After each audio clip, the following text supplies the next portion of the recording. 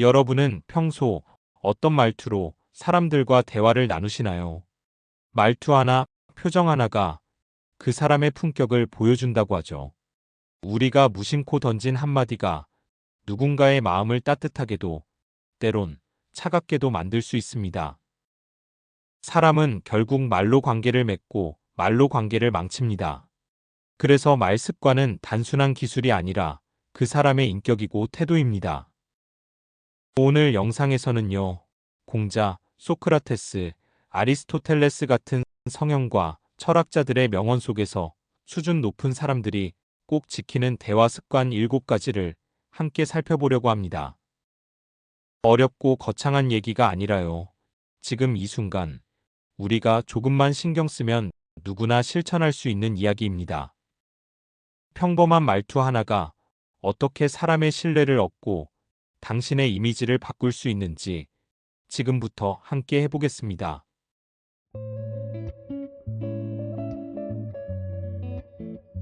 첫 번째, 상대가 다 말할 때까지 끼어들지 않는다. 혹시 이런 상황 한 번쯤 겪어보신 적 있으실 거예요. 진심을 담아 이야기를 꺼내고 있는데 상대가 중간에 말을 툭 끊어버리는 순간 내 말은 더 이상 의미를 잃고 마음속 깊은 이야기는 다시 닫혀버립니다. 그냥 듣기만 해줬으면 좋았을 텐데 그 사람이 내 말을 끝까지 들어줬다면 나는 아마 그 대화를 더 오래 기억했을 거예요. 말 중간에 끼어드는 건 말을 뺏는 것이 아니라 존중을 빼앗는 것입니다. 어쩌면 우리는 그 순간에도 내가 똑똑해 보이기 위해 내 생각이 더 옳다는 걸 증명하려고 무의식적으로 말의 주도권을 가져가려 했는지도 몰라요. 하지만 진짜 대화를 잘하는 사람은 자신이 말할 타이밍을 재는 사람이 아니라 상대방이 안심하고 말할 수 있도록 기다릴 줄 아는 사람입니다. 톨스토이는 이런 말을 했습니다. 경청은 존중의 가장 큰 표현이다. 맞아요. 누군가의 말을 끝까지 들어준다는 건 그 사람 자체를 존중한다는 뜻이고 그의 감정과 생각을 있는 그대로 받아들이겠다는 태도입니다. 특히 요즘처럼 다들 바쁘고 자기 말하기에 급한 시대일수록 진짜 경청은 그 자체로 큰 선물이 됩니다. 대화에서 말 잘하는 사람이 주목받을 수는 있어도 말을 끝까지 들어주는 사람이 결국 마음을 얻습니다. 그러니까 다음에 누군가 내게 이야기를 시작하면 머릿속으로 내 할 말을 준비하기보다는 지금 눈앞에 이 사람에게 집중하는 연습을 해보세요. 그리고 말이 끝난 후 천천히 한마디 해보는 거예요. 응, 계속 말해줘. 내 얘기 듣고 있어. 이 짧은 한마디가 그 사람 마음을 여는 열쇠가 될지도 모릅니다. 그런데요, 이렇게 상대방 말을 끝까지 듣고 나면 가끔은 무언가 조언을 해주고 싶어질 때가 있잖아요. 상대가 잘못한 것 같고 도와주고 싶은 마음도 들고요. 그럴 땐 그냥 지적하기보다는 한 가지 중요한 단계를 먼저 거쳐야 합니다. 그게 바로 공감입니다.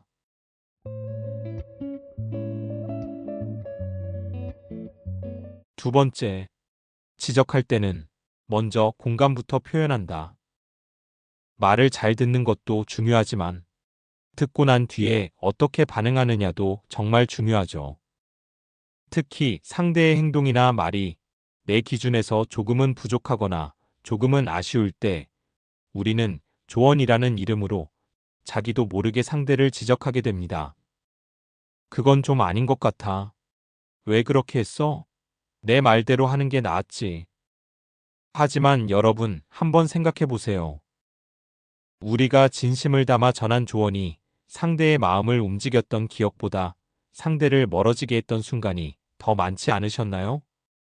왜 그럴까요? 지적이 나쁘기 때문이 아닙니다. 지적이 먼저 나왔기 때문입니다. 공감도 없이, 이해하려는 마음도 없이 그냥 문제를 해결하려는 말부터 던졌기 때문이에요. 아리스토텔레스는 이렇게 말했습니다. 타인을 고치려 하지 말고 먼저 이해하려고 하라. 맞습니다. 그럴 수도 있겠다. 이 짧은 한마디가 그 어떤 조언보다 훨씬 강한 설득력을 가질 수 있습니다. 왜냐하면 그 말은 상대에게 이렇게 들리거든요. 아, 이 사람은 내 편이구나. 이 사람은 나를 비난하려는 게 아니라 이해하려는 거구나. 그 믿음이 생기면 그제야 마음이 열리고 그제야 내 말이 들리기 시작합니다.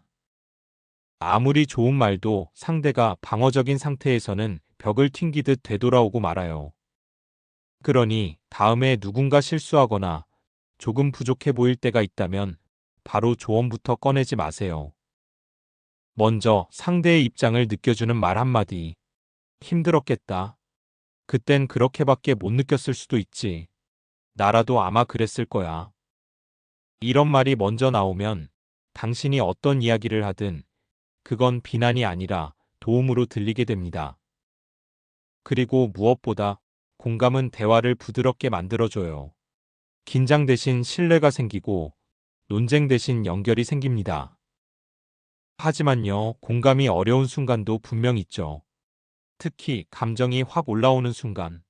상대가 말 한마디를 툭 던졌는데 그게 너무 거슬리고 너무 화가 나고 무조건 지적하고 싶고 따지고 싶고 설명하고 싶을 때 그럴 땐 어떻게 해야 할까요? 다음 이야기에서 함께 나눠보겠습니다. 감정을 바로 말하지 않고 한번 거르는 연습. 이것이 대화를 지혜롭게 만드는 또 하나의 핵심입니다.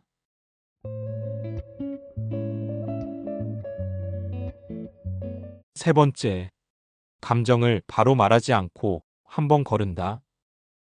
대화 중에 가장 관계를 어렵게 만드는 순간은 상대의 말보다 내 감정이 먼저 튀어나올 때입니다. 그냥 무심코 한 말인데 그게 나를 불쾌하게 만들었고 그 불쾌함이 말보다 먼저 표정과 말투로 터져버리는 순간 대화는 그 자리에서 멈추고 신뢰는 서서히 금이 가기 시작하죠. 우리가 화가 났을 때 가장 하고 싶은 건 그 감정을 바로 표현하는 일입니다. 왜 그렇게 말해? 지금 뭐라는 거야? 짜증나니까 그만해. 이런 말들이 입 밖으로 바로 튀어나오고 나면 그 순간은 잠깐 시원할 수 있지만 돌아서고 나서 반드시 이렇게 말하게 됩니다. 아, 괜히 그렇게 말했나? 조금만 더 참을걸. 탈무드에서는 이런 말을 남겼습니다. 분노는 후회라는 이름으로 돌아온다. 맞아요. 감정은 순간이지만 그 감정으로 나온 말은 오래 남습니다. 진짜 성숙한 대화는 내 감정을 억누르는 것이 아니라 다듬는 것입니다. 예를 들어, 짜증나라는 말을 지금 조금 당황스러웠어 라고 바꿔 말하면 상대는 방어하지 않게 되고 서로 싸우는 대신 대화를 이어갈 수 있게 됩니다. 이 차이는 크고도 섬세해요. 왜 그렇게 늦게 왔어 보다는 기다리면서 조금 걱정했어 라고 말할 때 그 말은 다투자는 말이 아니라 내 마음을 알려주려는 말이 되니까요. 이건 타고나는 기술이 아닙니다. 연습이 필요한 태도예요. 내 마음이 요동칠 때 그 감정을 꺼내기 전에 한 박자만 쉬는 것. 한숨을 한번 내쉬고 속으로 지금 내가 뭘 느끼고 있지라고 스스로에게 물어보는 것. 그 짧은 순간의 멈춤이 감정적인 충돌을 줄이고 상대를 비난하지 않으면서도 내 마음을 솔직하게 말할 수 있는 힘이 됩니다. 그리고 그때부터 진짜 대화가 시작돼요. 더 이상 상처 주는 말이 아니라 서로를 이해하고 연결하는 말을 할 수 있게 되니까요. 그런데요, 우리가 감정을 다듬고 조심스럽게 말할 준비가 되었을 때, 이제는 하나 더 중요한 걸 생각해야 해요. 그건 바로 지금 이 말을 내가 하고 싶어서 하는 건지, 아니면 상대가 듣고 싶어 하는 말인지, 내가 하고 싶은 말을 줄이고 상대의 입장에서 듣고 싶은 말이 뭘까를 고민하는 것. 이건 아주 사소해 보여도 관계를 깊게 만드는 결정적인 차이입니다. 다음 이야기에서는 바로 이 부분을 함께 나눠볼게요. 내가 말하고 싶은 것보다 상대가 듣고 싶은 걸 말하는 법.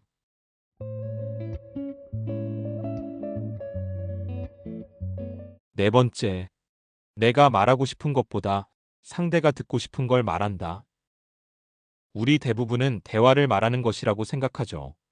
내가 하고 싶은 말을 꺼내는 것, 내 생각을 제대로 전달하는 것, 그게 좋은 대화라고 착각하곤 합니다. 하지만 정말 그렇기만 할까요? 어떤 사람의 말은 귀에 잘 들어오고 어떤 사람의 말은 자꾸 거슬리는 이유는 말의 기술보다도 그 말이 누구를 위한 말인가에 따라 달라집니다.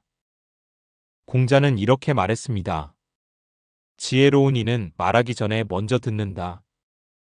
이 짧은 문장은 대화의 본질을 아주 정확히 꿰뚫고 있어요. 내가 말하고 싶은 것보다 지금 이 사람이 무엇을 듣고 싶어 하는지 한 번만 더 생각해 보는 것. 그게 바로 진짜 배려이고 말의 품격입니다. 예를 들어, 친구가 힘든 일을 털어놓을 때 내가 비슷한 경험을 이야기하면서 위로하려고 할 수도 있어요. 나도 그랬어, 예전에. 나는 이렇게 극복했는데. 물론 나쁜 의도는 아니지만 그 순간 그 친구가 바라는 건 내 이야기보다 자기 이야기를 들어줄 사람일 수 있어요. 대화는 경쟁이 아니라 공감입니다. 내 말로 이기는 게 아니라 상대의 마음을 이끌어내는 것이죠. 그래서 정말 대화를 잘하는 사람은 말을 많이 하는 사람이 아니라 필요한 말을 적절히 꺼낼 줄 아는 사람이에요. 그리고 그 말은 내가 하고 싶은 말이 아니라 상대가 듣고 싶은 말에서 시작됩니다. 이건 단순한 말의 스킬이 아니라 그 사람을 향한 배려의 깊이에서 비롯됩니다. 한 번쯤은 이런 연습을 해보면 어떨까요? 말을 꺼내기 전에 지금 이 말이 나를 위한 말일까? 상대를 위한 말일까? 속으로 조용히 물어보는 것. 그 짧은 질문 하나가 당신의 대화를 훨씬 더 따뜻하게, 훨씬 더 깊이 있게 만들어줄 겁니다.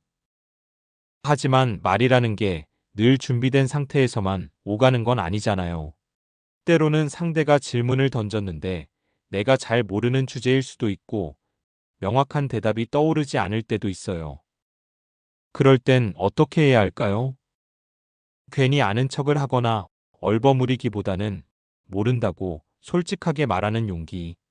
그게 오히려 신뢰를 만드는 경우가 많습니다.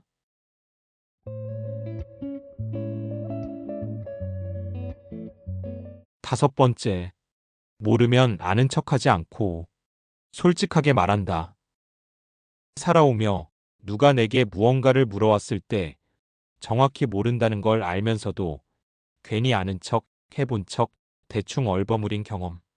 한 번쯤은 있으시죠? 그 순간엔 모른다고 말하면 내 수준이 낮아 보이지 않을까? 괜히 바보 같다고 생각하지 않을까? 이런 걱정이 앞섭니다. 그런데 이상하죠. 그렇게 아는 척했던 말은 돌아서고 나면 꼭 마음 한구석이 찝찝하게 남아요. 그리고 대부분의 경우 상대는 속지 않습니다. 허세는 생각보다 훨씬 쉽게 들통이 납니다. 소크라테스는 이렇게 말했습니다. 나는 아는 것이 없다는 것을 안다. 이 말은 무지를 인정하는 것이 부끄러운 게 아니라 지혜의 시작이라는 뜻입니다. 그건 잘 모르겠어요. 제가 아직 공부가 덜 됐네요. 알고 싶은데 더 배워봐야 할 것 같아요. 이런 말은 우리를 작아 보이게 하지 않습니다. 오히려 더 겸손하고 진정성 있는 사람으로 보이게 만듭니다. 특히 요즘처럼 모든 것이 빠르게 공유되고 지식이 넘쳐나는 시대일수록 모른다는 말을 용기 있게 꺼낼 줄 아는 사람은 더 큰 신뢰를 얻습니다. 왜냐하면 우리는 이미 알고 있거든요. 완벽한 사람은 없다는 것.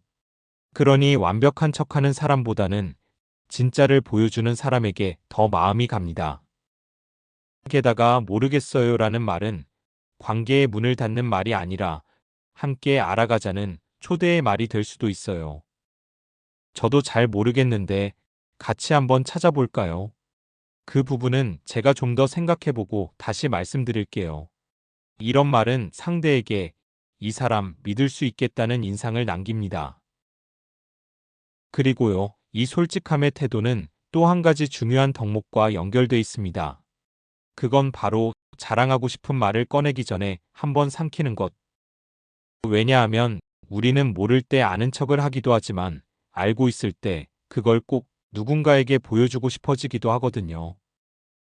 그게 꼭 나쁘다는 건 아니지만 그 말이 진짜 빛을 발하려면 타이밍과 겸손이 필요하죠.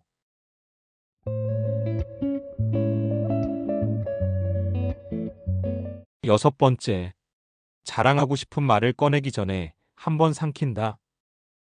대화를 나누다 보면 문득 내 이야기를 꺼내고 싶을 때가 있어요. 나도 그런 적 있어. 나 예전에 비슷한 상황이었는데. 그 말 안에는 공감하고 싶은 마음, 나도 내 마음을 이해해 본 적이 있다는 따뜻한 의도가 담겨 있을 수도 있습니다. 그런데 듣는 입장에 따라 그 말은 공감이 아니라 경쟁처럼 느껴질 수도 있습니다. 특히 내가 겪은 일이 조금 더 크거나 조금 더 잘된 이야기일 경우엔 상대는 공감받는다기보다 비교당한다는 기분이 들 수 있어요. 무심코 꺼낸 내 말 한마디가 누군가에게는 아, 역시 나는 부족하구나 하는 조용한 위축을 만들기도 하죠. 노자는 말했습니다. 겸손은 자기를 드러내지 않되 가장 빛나는 태도다. 겸손은 목소리를 높이지 않습니다. 자신을 자랑하지도 과하게 감추지도 않죠. 진짜 겸손한 사람은 필요 없는 자기 자랑을 하지 않습니다. 누군가에게 자신의 경험을 말할 수 있어도 그 말이 상대의 기분을 눌러버릴까 한 번 더 생각합니다. 그게 바로 조용한 배려입니다. 물론 자랑하고 싶은 순간은 누구에게나 있어요. 내가 열심히 한 일, 잘 해낸 일, 인정받은 순간들. 그것들을 말하고 싶은 건 지극히 자연스러운 감정이에요. 하지만 그 말을 꺼내기 전에 딱 한 번만 삼켜보고 스스로에게 물어보는 거예요.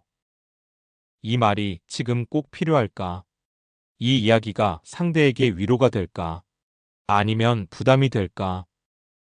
그 물음 하나가 당신을 더 단단하고 성숙한 사람으로 만들어줍니다. 말은 뱉는 순간 사라지지만 그 말이 주는 여운은 오래 남으니까요. 그래서 가장 말 잘하는 사람은 사실은 말을 잘 참는 사람이기도 합니다. 그리고요, 이런 사람들은 또 하나의 공통점이 있어요. 어색한 침묵조차 억지로 채우지 않습니다. 대화에 조용한 순간이 찾아올 때 그걸 무조건 메우려고 하지 않아요. 왜냐하면 그들은 압니다. 침묵도 때론 대화의 일부라는 걸.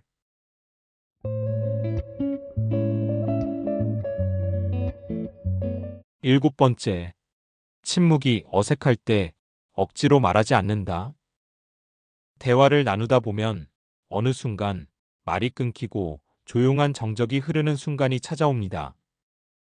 우리는 그 침묵이라는 시간을 왠지 불편하고 실패한 대화처럼 느끼곤 해요. 그래서 급하게 말거리를 찾고 억지로 웃기거나 아무 말이나 꺼내보려 애씁니다. 하지만 진짜 편안한 관계라면 굳이 말로 채우지 않아도 되는 순간이 분명히 있어요. 레오나르도 다빈치는 이렇게 말했습니다. 침묵은 말보다 더 많은 것을 말한다. 말이 없다는 건 전달할 게 없다는 뜻이 아닙니다. 오히려 지금 이 순간을 함께하고 있다는 묵직한 신호일 수 있어요. 가끔은 아무 말 없이 같은 풍경을 바라보는 것만으로, 같은 음악을 듣는 것만으로, 같은 공기를 나누는 것만으로도 우리는 연결되어 있습니다. 누군가와 조용히 있을 수 있다는 건 그 사람과의 관계가 말로만 이어진 게 아니라는 증거입니다. 말이 없어도 편안하고 침묵이 불편하지 않을 때 그게 진짜 마음의 거리 아닐까요? 그래서 수준 높은 사람들은 이 침묵을 두려워하지 않습니다. 상대에게 굳이 무언가를 끌어내려 하지 않고 그 조용한 순간조차 함께 존중합니다. 특히 누군가 슬픔이나 상처 속에 있을 때 괜찮아, 힘내. 이런 말보다 더 위로가 되는 건 말없이 곁에 있어주는 그 존재 자체일 때가 많습니다. 어설픈 위로나 무리한 대화보다 그저 함께 조용히 있어주는 용기. 그게 침묵의 미덕이고 가장 큰 배려입니다. 말을 잘한다는 건 목소리를 키우는 일이 아니라 때로는 입을 다물 줄 아는 용기입니다. 그리고 우리는 이제 알게 되었습니다. 말투 하나, 표정 하나가 어떤 사람을 단번에 기억에 남게도 하고 영원히 마음에서 멀어지게도 한다는 것을요.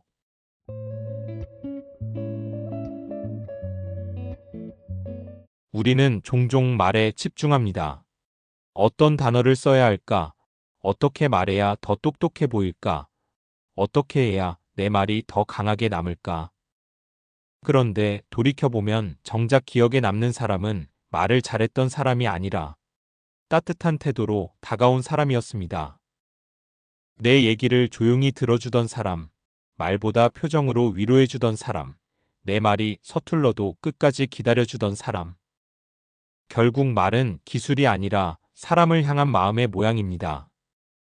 오늘 함께 나눈 7가지 대화 습관. 아주 사소하고 일상적인 것 같지만 그 속에는 놀라운 힘이 숨어 있습니다. 한 번 더 기다려주고, 한 번 더 공감하고, 한 번 더 말 대신 침묵을 선택할 수 있다면 당신은 단지 말 잘하는 사람이 아니라 신뢰를 주는 사람이 될 수 있습니다. 말투가 바뀌면 관계가 바뀝니다. 관계가 바뀌면 인생이 달라질 수 있습니다. 오늘부터 내가 던지는 한마디가 누군가에게 따뜻한 여운으로 남길 바라는 마음으로 당신의 대화 습관, 오늘부터 바꿔보는 건 어떨까요? 말은 당신을 대신해 기억에 남습니다. 그 기억이 부드럽고 따뜻하길 진심으로 응원합니다. 당신의 말 한마디가 누군가의 마음에 오늘도 따뜻한 온기로 남기를 바랍니다.